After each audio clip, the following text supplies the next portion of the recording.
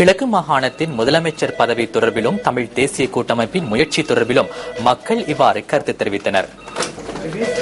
முதலும் முருகா தேர்தல் நடைபெற்ற இடத்துல முஸ்லீம் காங்கிரஸ் தான் அதில் அரசியல் பின்னணியில் அந்த தலைவர் பதவியை பெற்றுக்கொண்டது. அதற்கு புறம் போக இரண்டாவது முறையும் இப்படி ஒரு சூழல் ஏற்பட்டது தமிழ் தேசிய கூட்டமைப்பு ஒரு வீழ்ச்சி என்பதை தான் நான் கருதுகிறேன். ஏனென்றால் ஒரு தேர்தல் சம்பிரதாயத்தில் எந்த கட்சி பெரும்பான்மையான இடங்களை கைப்பற்றோ அந்த கட்சி தான் ஆட்சி செய்ய வேண்டியது சம்பிரதாயம்.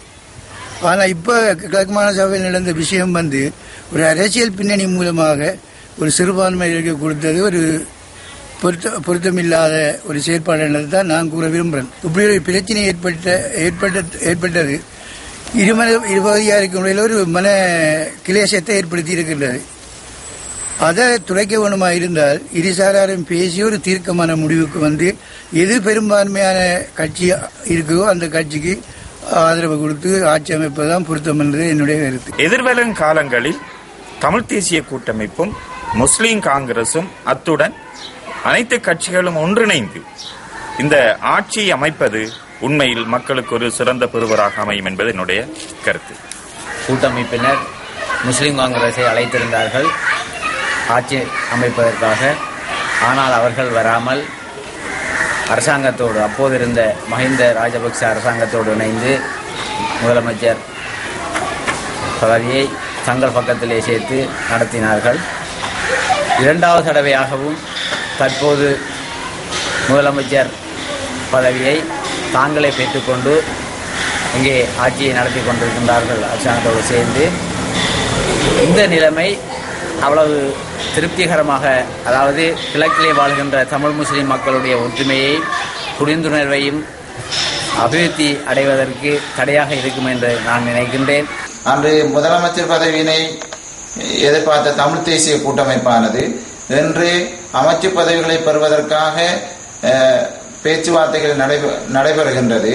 இங்கு அரசாங்கம் பின்னிய சதி வேலையிலே தமிழ் தேசிய கூட்டமைப்பு வீழ்ந்திருக்கின்றது.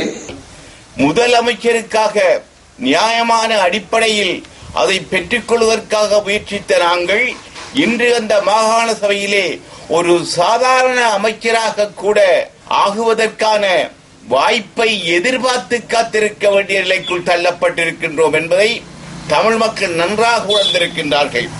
மத்திய அரசிலே அமைச்சர் பதவிகளை நிராகரித்தவர்கள், ஏற்றுக்கொள்ள விரும்பாதவர்கள் இன்று 11 உறுப்பினர்களையும் 5க்கு மேற்பட்ட நாடாளுமன்ற உறுப்பினர்களையும் கிழக்கு மாகாணத்திலே வைத்துக் கொண்டு இந்த மாகாண சபையிலே ஒரு முதலமைச்சர் பதவியை அல்லது பொருத்தமான தகுந்த அடிப்படையில் ஒரு பேச்சுவார்த்தையை நடத்தி அதன் மூலம் நீதியான, நேர்மையான, நியாயமான அடிப்படையில் சில அமைச்சுக்களை பெற்றுக் கொள்கின்ற வாய்ப்பை கூட இழந்திருக்கின்றார்கள்.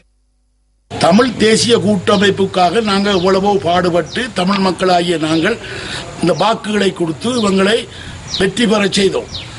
அதே நேரம் இவங்க மத்திய அரசிலேயும் எந்தவித மந்திரி பதவியும் எடுக்கல. இப்ப மாகாண சபையில முதலமைச்சரும் இல்லை. இப்ப ரவு ஹக்கீமிடம் கெஞ்சி பிச்சை கேட்கிறாங்க மினிஸ்டர் பதவி தர சொல்லி.